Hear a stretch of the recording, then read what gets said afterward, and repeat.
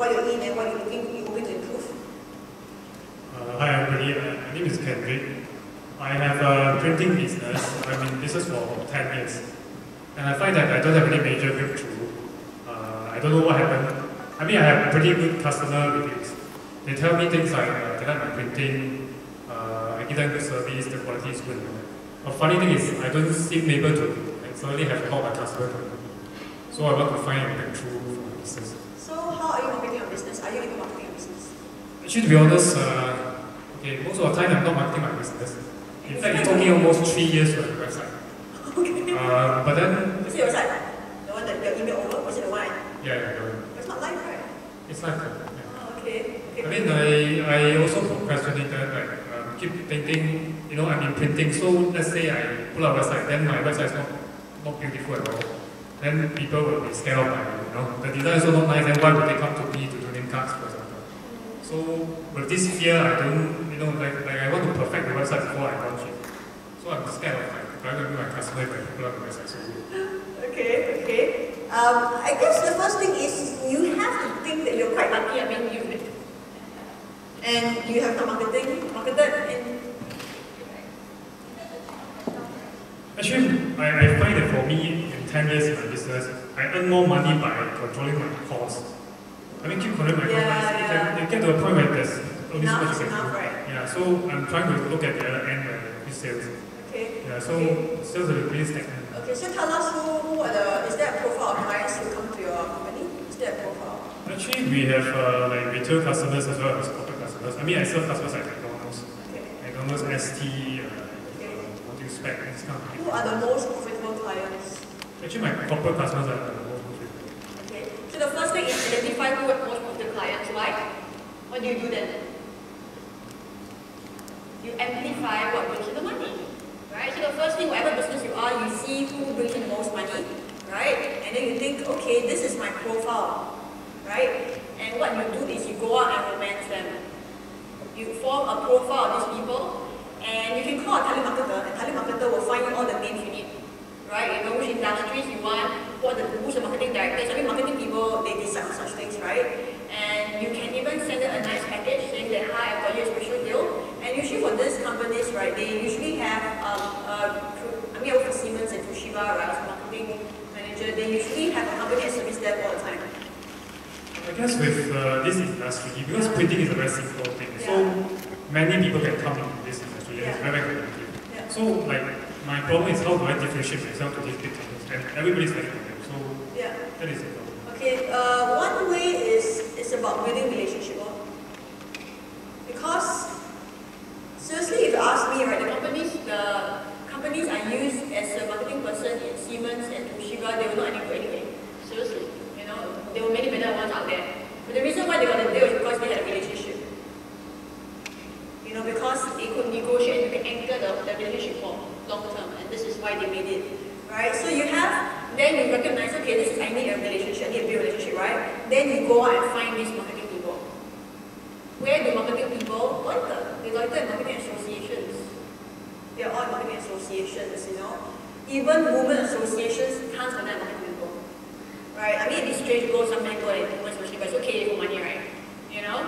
So, so the key is like when I worked for Siemens and Toshiba, you know, I was at times quite annoyed with my vendor because they, you know, they couldn't do it as well as I wanted, right? So the key is you need to, instead of letting business come to you, you need to go out and find your ideal client.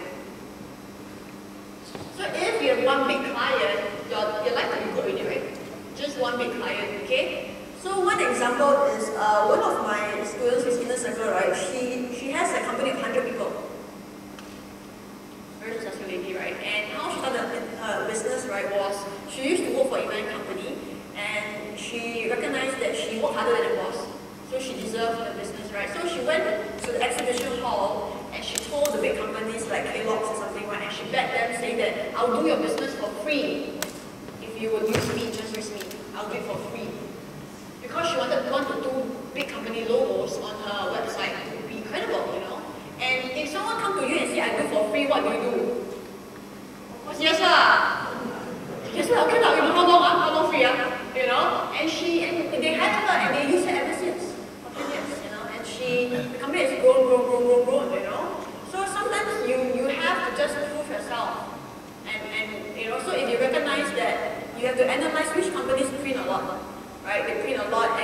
maybe some companies like, they print unique paper. I think when they do marathons, right, they print a unique paper.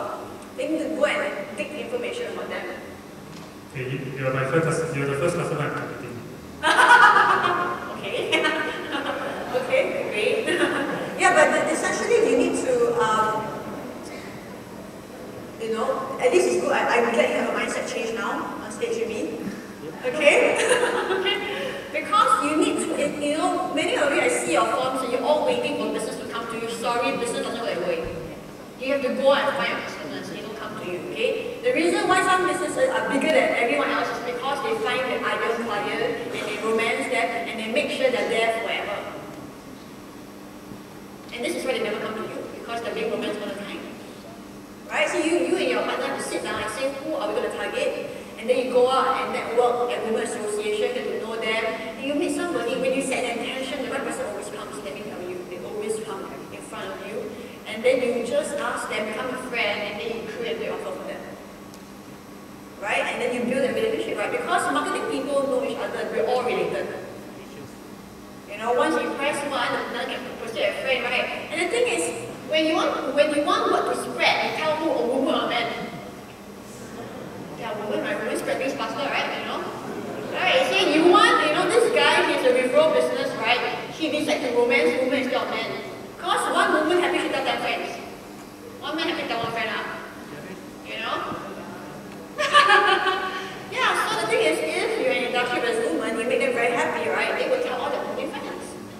And then suddenly you have this platoon of marketing people coming in, right? And life is good.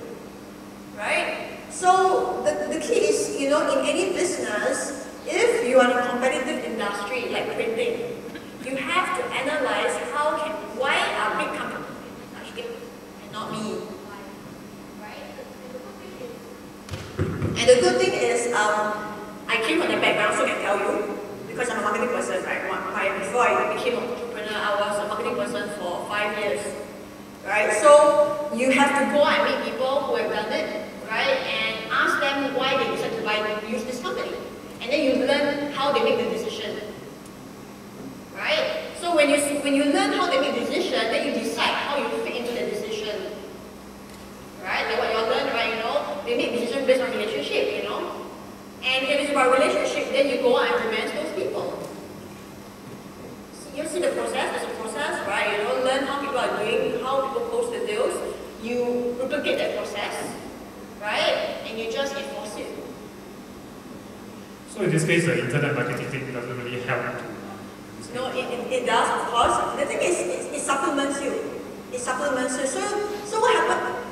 The good is now you will have more channels to get customers, right? Online presence.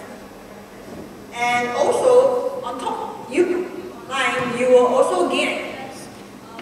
Also market to big companies, and you are targeting both big companies and people.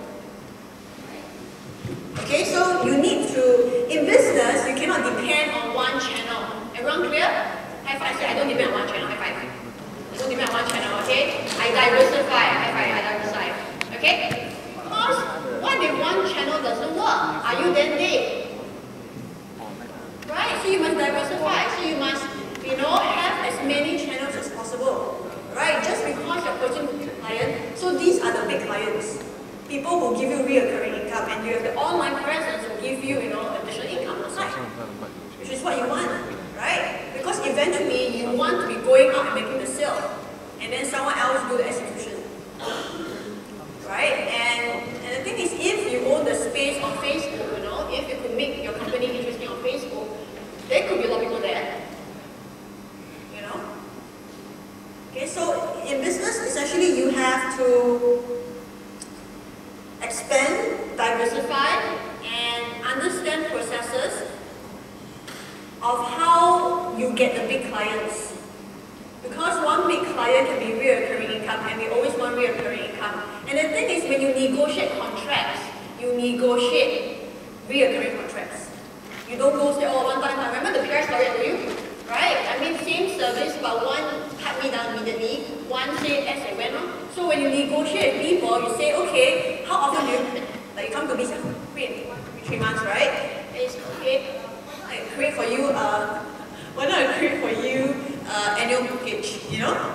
So you have to think about how you do the packages, right? Instead of just like, as and when, how can you create an annual package? Because these people will use your service anyway. Okay, so with that, you have automatically created recurring income. Is that beneficial? Every business has a recurring point for every business. You just have to look at it in different ways.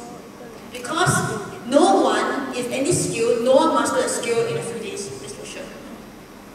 That's for sure, right? No one, if you do printing, you need to do printing again, right? Right? If you learn a lesson, you need to do it over time, right? If you use skincare, you use it over time, right? Right? If you eat food, you eat it over time, right? So everything has a recurring element. You just have to see it that way. When you see it that way, then you configure your business. Like swimming lessons, you need to do it continuously, right? You can do beginner, intermediate, advanced. There's so many tiers, right? So why not tie them down? Why not let them be with you for a long time? Even public speaking, you can do that, right? No one's good at public speaking at one time, right? It's over time to get good at that. So you have to business with new eyes. Okay? Not a one-time thing. Reoccurring thing. A maintenance package. Okay? And do that, your business will just by that. See it. Understand?